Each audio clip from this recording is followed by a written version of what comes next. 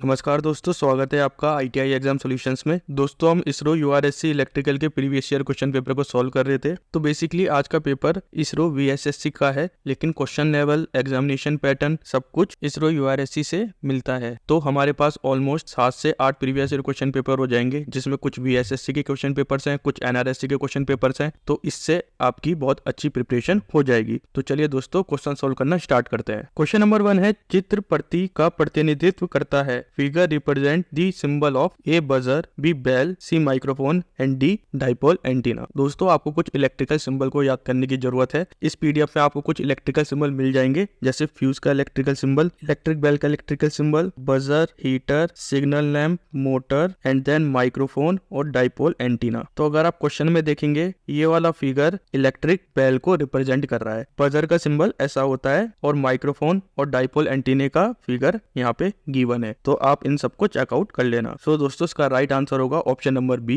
Bell. Question number 2 है, चेतावनी चिन्ह के लिए प्रयुक्त वर्ण डैश है। The colour used for warning sign is A yellow background with black board and symbol, B yellow background with red border and symbol, C white background with black border and symbol and D white background with red border and symbol. दोस्तों चेतावनी चिन्ह yellow background का होता है, तो आपकी ये option number सी और डी एलिमिनेट हो जाएंगे। तो अब इसमें एक मुख्य बात आती है कि हमें ये तो पता लग गया है कि इसका सिंबल येलो बैकग्राउंड का होता है, पर अगर आपको इसका बॉर्डर याद नहीं है तो भी आप इस क्वेश्चन में फंस सकते हैं। तो दोस्तों जो वार्निंग साइन होता है वो पीले कलर का होता है और उसका बॉर्डर ब्लैक कलर का होता है, और ये लोगों को संभावित खतरों के बारे में चेतावनी देता है। ब्लैक का कॉन्ट्रास्ट लेवल काफी अच्छा होता है और इसकी विजिबिलिटी भी काफी अच्छी होती है, इसलिए इसको येलो कलर के साथ यूज करा जाता है। सो दोस्तों इसका राइट आंसर होगा option number A, yellow background with black border and symbol. Question number 3 है, which of the following material has the highest specific resistance. निम्नलिखित पदार्थों में किसका सबसे उच्च विशिष्ट प्रतिरोध होता है। A silver, B gold, C lead and D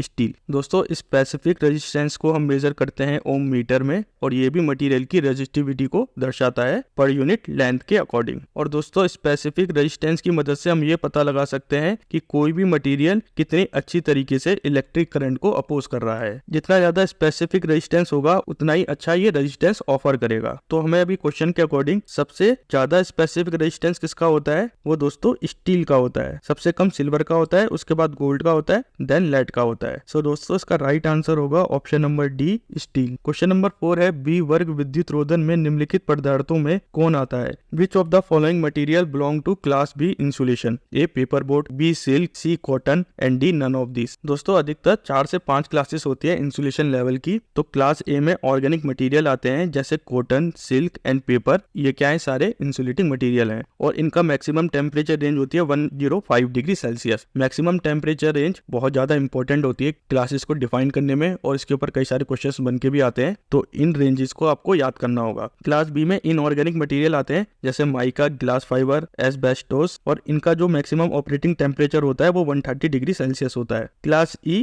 class ए और बी का एक हाइब्रिड मॉडल है, और जिसकी टेम्परेचर रेंज क्लास ए और बी से थोड़ी ज्यादा होती है। क्लास एफ की जो मैक्सिमम ऑपरेटिंग रेंज होती है वो 155 डिग्री सेल्सियस होती है, और क्लास एच की जो ऑपरेटिंग रेंज होती है वो 180 डिग्री सेल्सियस होती है। और दोस्तों ये एक टेबल दिया हुआ है, इस टेबल में आपको कौन सा मटेरियल और टेम्परेचर रेंज दोनों गिवन है, तो इस टेबल को आप याद कर लेना। अभी क्वेश्चन में पूछा गया था कि क्लास बी में कौन से इंसुलेटिंग मटेरियल यूज होते हैं। तो अगर हम क्लास बी की बात करें तो इसमें माइका, एस्बेस्टोस और ग्लास फाइबर का उपयोग किया जाता है। ऑप्शन ए और ऑप्शन बी, ऑप्शन सी ये तीनों ही मैच नहीं करते, तो इसका राइट आंसर होगा ऑप्शन नंबर डी, इनमें से कोई भी नहीं। क्वेश्चन 55 है, इंडियन स्टैंडर्ड 1293 2019 के अनुसार अनुमत वोल्टेज डैश तक है। According to IS 1293 2019 the rated voltage is up to A 230 volt, B 240 volt, C 250 volt and D इनमें से कोई भी नहीं। दोस्तों इंडियन स्टैंडर्ड 1293 2019 के अकॉर्डिंग जो रेटेड वोल्टेज होता है प्लग और सॉकेट आउटलेट का वो 250 वोल्ट होता है, और इसकी करंट रेटिंग कितनी होती है, मैक्सिमम 16 एम्पियर की करंट रेटिंग होती है। और ये वाला जो स्टैंडर्ड होता है वो अधिकतर हाउस होल्ड कामों के लिए इस्तेमाल होता है। इसका प्रीवियस वर्जन था IS 1293 2005, जिसमें जो वोल्टेज लिमिट थी वो 240 वोल्ट थी। अब इसको बढ़ा के 250 वोल्ट कर दिया गया है। सो दोस्तों इसका राइट आंसर होगा option number C, 250 volt. Question number 6 है, 40 SWG तांबे की तार की सन्निकट फ्यूज धारा लगभग डैश है। Approximate fusing current of 40 SWG copper copper wire is A 3 ampere, B 5 ampere, C 7 ampere and D 10 ampere. दोस्तों ये HWG की करंट रेटिंग है। आपको कम से कम 5 से 6 करंट रेटिंग को याद कर लेना है। इस पे डायरेक्ट क्वेश्चन बनता है, कोई भी फॉर्मूले को आपको याद करने की जरूरत नहीं है। दोस्तों फ्यूजिंग करंट 1.5 गुना होता है करंट रेटिंग का, और ये एग्जैक्टली 1.5 गुना नहीं होता है। इसकी रेंज थोड़ी सी वेरी करती है, और इस पे भी कई बार क्वेश्चन बन के आता है कि फ्यूजिंग फैक्टर की वैल्यू हमेशा 1 से ज्यादा रहेगी, क्योंकि जितनी कम फ्यूजिंग फैक्टर की वैल्यू होगी उतना ही ज्यादा चांस होगा ओवर हीटिंग का और ऑक्साइडेशन का। और इसका एक फॉर्मूला है फ्यूजिंग करंट बराबर करंट रेटिंग मल्टीप्लाई में फ्यूजिंग फैक्टर। अब क्योंकि यहाँ पे क्या पूछा गया था, 40 HWG गेज का कॉपर वायर है, तो 40 HWG गेज के कॉपर वायर में जो करंट रेटिंग होती है वो 1.5 होती है। और अभी हमने पढ़ा था कि जो फ्यूजिंग रेटिंग होती है वो दुगनी होती है करंट रेटिंग के, तो इसलिए हमने इसको 2 से मल्टीप्लाई कर दिया करंट रेटिंग को, तो 2 इंटू 1.5 3 एम्पेयर के अप्रोक्स इसकी फ्यूजिंग रेटिंग होगी। तो इतना कुछ ना पढ़ के आप केवल ये देखिए 40 में 3 है, 39 में 4 है, 38 में 5 है, 37 में 6 है, तो इस तरीके से आप इसको बहुत इजीली लर्न कर सकते हैं। तो आप कम से कम 1 से लेके 10 तक तो इसको याद कर लीजिए। सो दोस्तों इसका राइट आंसर होगा ऑप्शन नंबर ए 3 एम्पेयर। क्वेश्चन नंबर 7 है स्क्वायरल केज प्रेरण मोटर के संबंध में निम्नलिखित में से कौन सी बात सही नहीं है। Which of the following is not correct for squirrel cage induction motor. A high starting torque, B rotor bar are permanently short circuited, C simple construction and D rotor winding can not be connected to rheostat for starting. दोस्तों जो सबसे ज्यादा simple और सबसे ज्यादा use करने वाला जो कंस्ट्रक्शन होता है 3 फेज इंडक्शन मोटर का, वो स्क्वायरल केज रोटर कंस्ट्रक्शन होता है। लेकिन इसका एक डिसएडवांटेज होता है, जो इसका स्टार्टिंग टॉर्क होता है वो लो होता है। लेकिन इसका कंपैरिजन किससे हो रहा है, तो इस पे भी चीजें डिपेंड करती है। आमतौर पर जो 3 फेज इंडक्शन मोटर का टॉर्क होता है, स्टार्टिंग टॉर्क, वो अच्छा होता है। लेकिन ये जो लो स्टार्टिंग टॉर्क है इसको कंपेयर करा जा रहा है स्लिप रिंग इंडक्शन मोटर से, तो इसके कंपैरिजन में जो इसका स्टार्टिंग टॉर्क है स्क्वायरल केज रोटर का वो कम होता है, क्योंकि जो इसकी रोटर बार होती है वो परमानेंटली शॉर्ट सर्किटेड होती है। अब क्योंकि इसकी rotor bar permanently short circuit है तो हम इसमें एक्सटर्नल रेजिस्टेंस को ऐड नहीं कर सकते हैं, क्योंकि अगर हम एक्सटर्नल रेजिस्टेंस को ऐड करते हैं तो हम करंट के फ्लो को कंट्रोल कर सकते हैं, जिससे हमें हाई स्टार्टिंग टॉर्क मिल जाता है। तो ये एक टेबल है स्लिप रिंग इंडक्शन मोटर का और स्क्वायरल केज इंडक्शन मोटर का। इस टेबल को भी आप याद कर लेना, तो आपके काफी सारे डाउट ऑलरेडी इसमें क्लियर हो जाएंगे। जैसे कि इसका रोटर टाइप स्लिप रिंग होता है और स्क्वायरल केज का obviously squirrel cage rotor type होगा। रोटर कंस्ट्रक्शन की बात करें तो स्लिप रिंग में सिलेंड्रिकल लैमिनेटेड कोर यूज होती है और इसमें स्लॉट्स जो होते हैं वो पैरेलल होते हैं, और इसमें जो स्लॉट्स या बार होते हैं वो नॉन पैरेलल होते हैं और इनको स्क्यू करा जाता है, यानी कि एक एंगल पे इनको तिरछा जोड़ा जाता है। अगर हम कंस्ट्रक्शन की कॉम्प्लेक्सिटी की बात करें तो स्लिप रिंग की कंस्ट्रक्शन ज्यादा कॉम्प्लेक्स होती है as compare to squirrel cage induction motor के। एक्सटर्नल रेजिस्टेंस की बात करें तो स्लिप रिंग में एक्सटर्नल रेजिस्टेंस को ऐड करा जा सकता है, लेकिन स्क्वायरल केज में एक्सटर्नल रेजिस्टेंस को ऐड नहीं करा जाता है, और यही मुख्य कारण है इसके लो स्टार्टिंग टॉर्क को जनरेट करने का। स्टार्टिंग टॉर्क में स्लिप रिंग का स्टार्टिंग टॉर्क हाई होता है और इसका लो होता है as compare to slip ring induction motor. Brushes की बात करें तो स्लिप रिंग में ब्रशेस प्रेजेंट होते हैं और स्क्वायरल केज में ब्रशेस एब्सेंट होते हैं। स्लिप रिंग का एयर गैप नॉन यूनिफॉर्म होता है और स्क्वायरल केज का एयर गैप यूनिफॉर्म होता है। स्लिप रिंग को मेंटेनेंस की ज्यादा रिक्वायरमेंट होती है as compare to squirrel cage induction motor के। स्लिप रिंग का पावर फैक्टर कम होता है as compare to squirrel cage induction motor के, क्योंकि स्क्वायरल केज इंडक्शन मोटर का एयर गैप ज्यादा यूनिफॉर्म होता है, तो जो मैग्नेटाइजिंग करंट बनता है वो नॉन यूनिफॉर्म नहीं बनता है, जिसकी वजह से इसका पावर फैक्टर काफी अच्छा होता है। अगर हम बात करें स्पीड कंट्रोल की तो स्लिप रिंग में स्पीड कंट्रोल पॉसिबल है, क्योंकि यहाँ पे हम रेजिस्टेंस को ऐड कर सकते हैं, जिससे हम करंट की वैल्यू को कम ज्यादा करके इसके स्पीड को कंट्रोल कर सकते हैं। लेकिन स्क्वायरल केज इंडक्शन मोटर में स्पीड को डायरेक्टली कंट्रोल नहीं करा जा सकता है। तो ये कुछ इसके मुख्य बिंदु थे। सो दोस्तों इसमें कौन सी चीज करेक्ट नहीं है, तो high starting torque squirrel cage induction motor में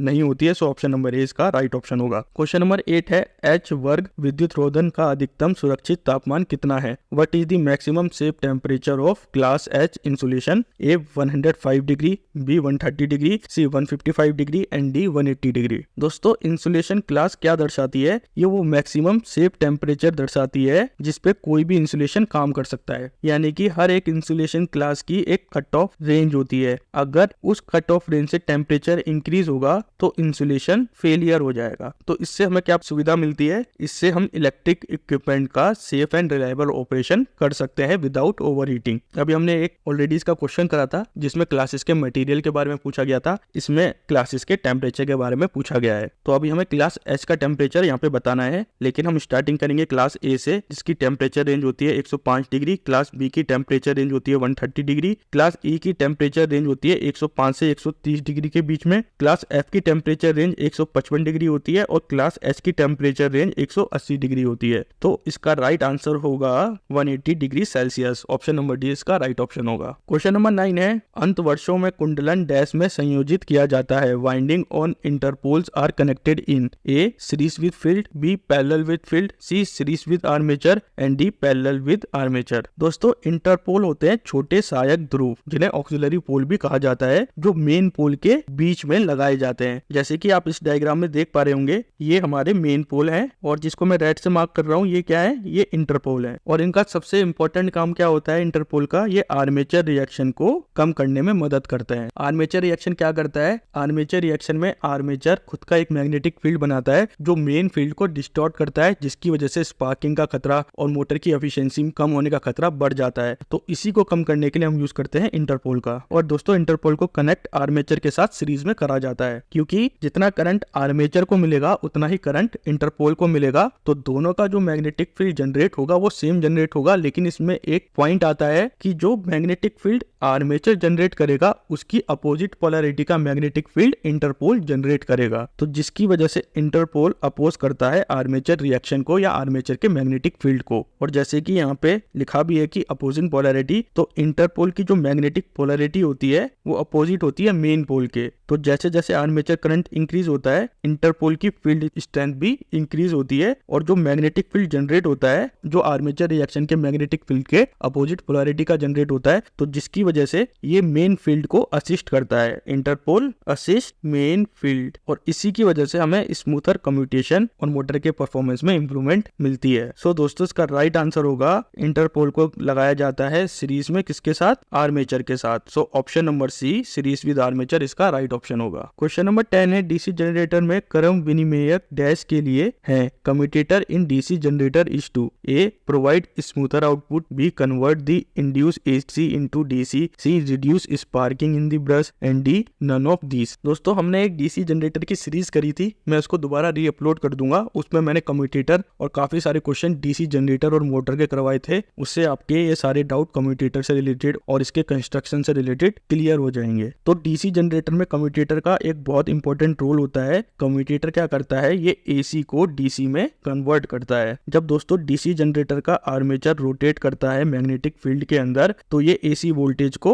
उत्पन्न करता है या इंड्यूस करता है आर्मेचर कंडक्टर में। और कम्यूटेटर को दोस्तों मैकेनिकल रेक्टिफायर और इसका एक और नाम होता है रोटरी स्विच कहा जाता है। और इसमें कई सारे छोटे छोटे सेगमेंट्स होते हैं जैसे कि इस डायग्राम में दर्शाया गया है। और कम्यूटेटर के साथ ब्रश का कॉन्टैक्ट होता है। और दोस्तों जब आर्मेचर रोटेट करता है तो ये ब्रश कम्यूटेटर के डिफरेंट सेगमेंट के साथ कॉन्टैक्ट करते हैं, जिसकी वजह से हमें लास्ट में डीसी आउटपुट मिलता है। और जो कम्यूटेटर का रोटेशन होता है वो हाफ साइकिल का होता है। तो हमें क्या मिलती है at the end, pulsating DC voltage. अगर आप इस वेवफॉर्म को देखेंगे तो ये वेवफॉर्म कैसी है, ये पल्सेटिंग डीसी है, क्योंकि एसी में नेगेटिव साइड पे भी वेवफॉर्म जाती है लेकिन इसमें नेगेटिव साइड पे नहीं जा रही है। तो ये होती है सिंगल कॉइल के लिए। अगर हम इसमें मल्टीपल कॉइल को ऐड कर देंगे तो इसकी वेवफॉर्म कुछ इस तरीके से बन के आएगी, तो जिससे वेवफॉर्म ज्यादा स्मूथ हो जाती है, इसलिए हम मल्टीपल कॉइल्स का डीसी मोटर में यूज करते हैं। सो दोस्तों इसका राइट आंसर होगा option number B, commutator help in converting induce AC into DC. Question number 11 है, एक एसी परिपथ में केवीए बाय केडब्ल्यू का अनुपात डैश है। In an AC circuit the ratio of kVA by केडब्ल्यू is A power factor, B load factor, C form factor and D none of this. दोस्तों active power और अपेरेंट पावर के ratio को power factor बोला जाता है, यानी कि द रेशियो ऑफ केडब्ल्यू by kVA is known as power factor. अगर आप क्वेश्चन में ध्यान से देखेंगे तो क्वेश्चन में पूछा गया है केवीए बाय केडब्ल्यू, लेकिन एक्चुअल में पावर फैक्टर क्या होता है, वो होता है केडब्ल्यू बाय केवीए। तो इसका मतलब ये हुआ दोस्तों, जो इसका आंसर आएगा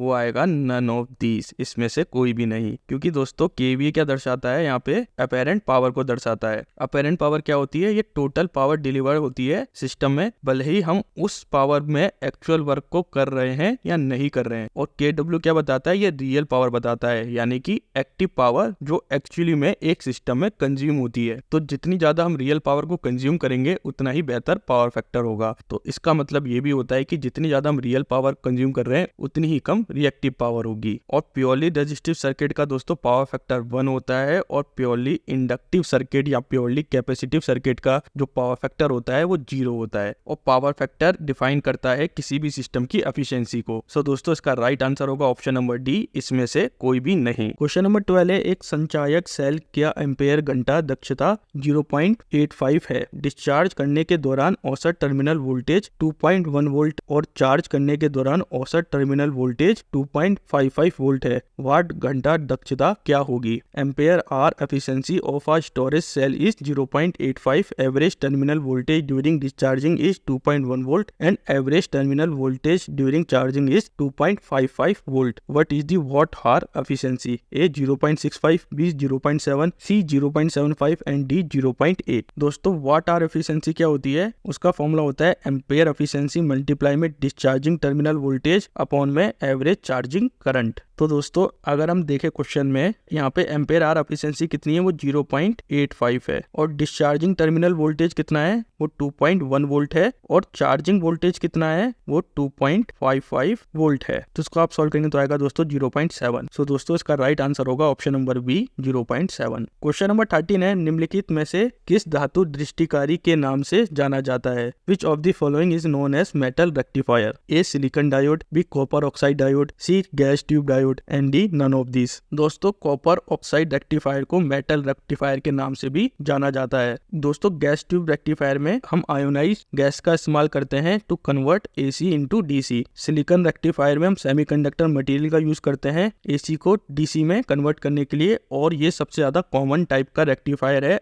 आज के लिए। अब हम रेक्टिफायर में सबसे ज्यादा सेमीकंडक्टर बेस्ड रेक्टिफायर का यूज करते हैं। दोस्तों कॉपर ऑक्साइड रेक्टिफायर सबसे ज्यादा पुराना रेक्टिफिकेशन सिस्टम प्रोसेस है। ये अराउंड 1920s का रेक्टिफिकेशन सिस्टम प्रोसेस है, जिससे हम एसी को डीसी में कन्वर्ट करते थे, और इसकी efficiency as compare to semiconductor काफी ज्यादा कम होती है। तो इसका आजकल इस्तेमाल नहीं होता है, और इसका साइज भी काफी ज्यादा बड़ा होता था। सो दोस्तों इसका राइट आंसर होगा option number B copper oxide diode. Question number 14 है, निकल कैडमियम बैटरी में प्रयुक्त विद्युत अपघट्य डैश है? Electrolyte used in nickel cadmium battery is. दोस्तों निकल कैडमियम बैटरी में एक एक्वस सोल्यूशन यानी कि जलीय घोल इस्तेमाल होता है, किसका? पोटेशियम हाइड्रोक्साइड का, जिसको बोला जाता है KOH। और यही पोटेशियम हाइड्रोक्साइड इलेक्ट्रोलाइट के रूप में काम करता है। और क्योंकि दोस्तों ये एक रिचार्जेबल बैटरी है, तो निकल कैडमियम क्या है? एक सेकेंडरी बैटरी सोर्स है। दो तरह की बैटरी होती है, एक प्राइमरी बैटरी होती है, एक सेकेंडरी बैटरी होती है। प्राइमरी बैटरी रिचार्जेबल नहीं होती है और सेकेंडरी बैटरी रिचार्जेबल होती है। और जो पोटेशियम हाइड्रोक्साइड का एक्वस सोल्यूशन होता है वो 20 से 30% का एक्वस इसका सोल्यूशन होता है। दोस्तों इसमें पॉजिटिव इलेक्ट्रोड कौन सा होता है? वो निकल हाइड्रोक्साइड होता है, और नेगेटिव इलेक्ट्रोड होता है कैडमियम। सो दोस्तों इसका राइट आंसर होगा ऑप्शन नंबर ए पोटेशियम हाइड्रोक्साइड या KOH। क्वेश्चन नंबर 15 है, संपूर्ण लोड पर एक ट्रांसफार्मर का लो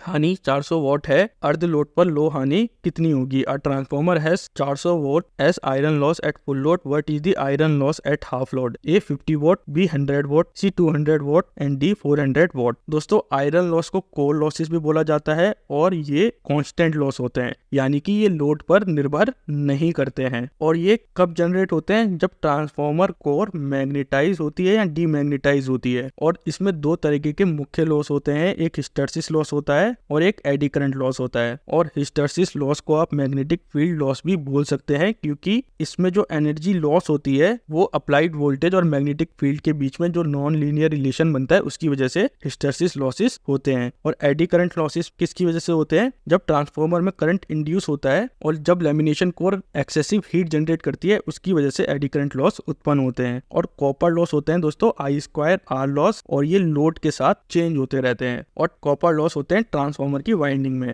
अगर फुल लोड में आयरन लॉस 400 वॉट है तो हाफ लोड में भी इनके लॉसेस 400 वॉट होंगे, क्योंकि इसमें लॉसेस कांस्टेंट होते हैं, यानी कि लोड का कोई भी प्रभाव आयरन लॉस या कोर लॉसेस में नहीं होता है। लेकिन अगर हम बात करें कॉपर लॉस की, तो हाफ लोड में इसके लॉसेस कम हो जाएंगे, क्योंकि उस केस में करंट कम हो जाएगा, तो कॉपर लॉसेस भी कम हो जाएंगे, लेकिन आयरन लॉसेस कांस्टेंट रहेंगे। सो दोस्तों इसका राइट आंसर होगा option number D 400 what. Question number 17 है, एक आदर्श ट्रांसफार्मर की प्राइमरी पर 100 फेरे और द्वितीयक पर 50 फेरे हैं। प्राइमरी पर शब पर चालन वोल्टता 200 वोल्ट है और लोड प्रतिरोध 5 ओम है। निवेश शक्ति का परिकलन कीजिए। An ideal transformer has 1000 turn on its primary and 50 turn on its secondary. The driving voltage in the primary side is 200 volt RMS and load resistance is 5 ohm. Calculate the input power. A 10 watt, B 20 watt, C 30 watt and D 40 watt. तो दोस्तों question में जो number of turns दिए हैं वो 1000 दिए हैं और सेकेंडरी में जो नंबर ऑफ टर्न्स दिए हैं वो 50 दिए हैं। यानी कि अगर आप क्वेश्चन में देखेंगे तो ये स्टेप डाउन ट्रांसफार्मर है और प्राइमरी का जो वोल्टेज है वो 200 वोल्ट है और लोड रेजिस्टेंस 5 ओम है। तो दोस्तों ट्रांसफार्मर टर्न रेशियो के अकॉर्डिंग तो हम डिवाइड करेंगे प्राइमरी टर्न को सेकेंडरी टर्न से। तो प्राइमरी टर्न कितनी थी 1000 और सेकेंडरी टर्न कितनी थी 50, तो डिवाइड करा तो आएगा 20। और ट्रांसफार्मर का फॉर्मूला क्या होता है number of primary turn upon में number of secondary turn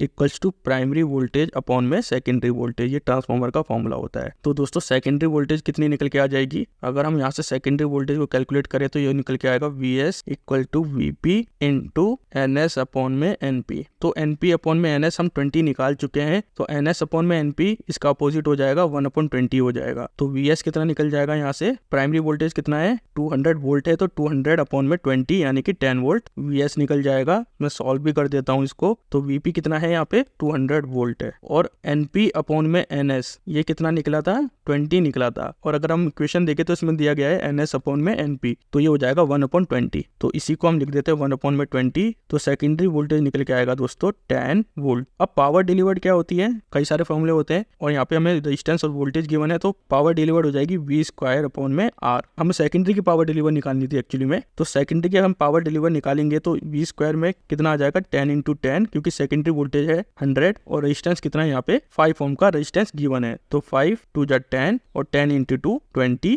what. सो इसका राइट आंसर आएगा दोस्तों 20 वॉट, यानी कि ऑप्शन नंबर बी इसका राइट ऑप्शन होगा। क्वेश्चन नंबर 18 है, एक ट्रांसफार्मर द्वितीयक की 10 फेरे के साथ 100 मिलीवेबर का एक जयावक्रीय फ्लक्स जोड़ता है। द्वितीयक की प्रेरित EMF के RMS मान का परिकलन कीजिए। सप्लाई आवृत्ति 50 हर्ट्ज है। A sinusoidal flux of 100 milliweber link with 10 turns of a transformer secondary. Calculate the RMS value of the induced EMF in the secondary supply frequency is 50 hertz. A 222 volt, b 444 volt, c 666 volt and d 888 volt. दोस्तों बहुत simple question है, कुछ नहीं करना है, केवल हमें formula यहाँ पे पुट करना है। तो जो ट्रांसफार्मर का EMF होता है उसका फॉर्मूला होता है इक्वल्स टू 4.44 मल्टीप्लाई में फ्रीक्वेंसी मल्टीप्लाई में फ्लक्स। तो यहाँ पे फ्रीक्वेंसी कितनी दी गई थी 50 दी गई थी और फ्लक्स की वैल्यू कितनी थी 100 मिलीवेबर थी। तो ये 100 मिलीवेबर मतलब हमें इसको वेबर में कन्वर्ट करना पड़ेगा, तो 10 की पावर कितनी हो जाएगी -3 हो जाएगी। तो बस इसको आप सोल्व करेंगे तो अराउंड 220 वोल्ट इसका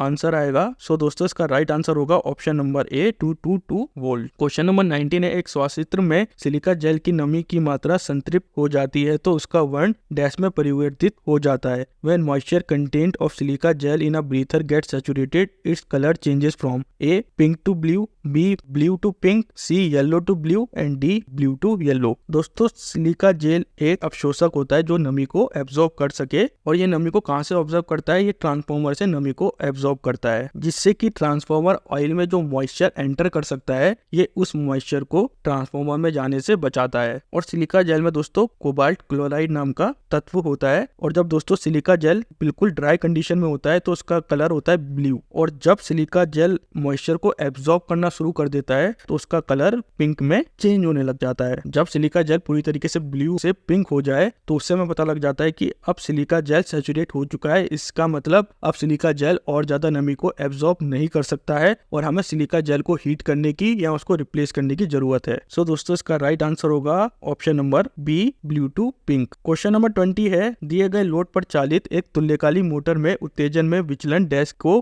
परिवर्तित करती है। The variation in excitation of a synchronous motor running with a given load changes A power factor of the motor, B motor speed, C apply voltage of the motor and D all of the above. दोस्तों synchronous motor में अगर हम excitation को change करेंगे तो हम उसका power factor change कर सकते हैं, ये इसका एक मुख्य बिंदु है। और दोस्तों हम सिंक्रोनस मोटर में 3 तरीके से पावर फैक्टर को चेंज कर सकते हैं। पहला तरीका है अंडर एक्साइटेशन। उस केस में क्या होता है, जो बैक EMF जनरेट होता है वो अप्लाई वोल्टेज से कम होता है, और जो पावर फैक्टर इसमें मिलता है हमें लैगिंग पावर फैक्टर मिलता है, यानी कि रिएक्टिव पावर ज्यादा होगी होगी as compare to real power. Normal excitation के केस में बैक ईएमएफ अप्लाई वोल्टेज के बराबर होता है, तो इसमें जो हमें पावर फैक्टर मिलता है वो हमें यूनिटी पावर फैक्टर मिलता है, यानी कि इसमें कोई भी रिएक्टिव पावर नहीं है, केवल कौन सी पावर है, रेजिस्टिव पावर है या रियल पावर है, और इसका पावर फैक्टर यूनिटी यानी कि 1 होता है। ओवर एक्साइटेड के केस में जो बैक ईएमएफ होता है वो सप्लाई वोल्टेज से ज्यादा होता है, जिसकी वजह से हमें लीडिंग पावर फैक्टर मिलता है, यानी कि इसमें जो रिएक्टिव पावर होती है वो काफी ज्यादा कम होती है। सो दोस्तों इसका राइट आंसर होगा option number A, power factor of the motor.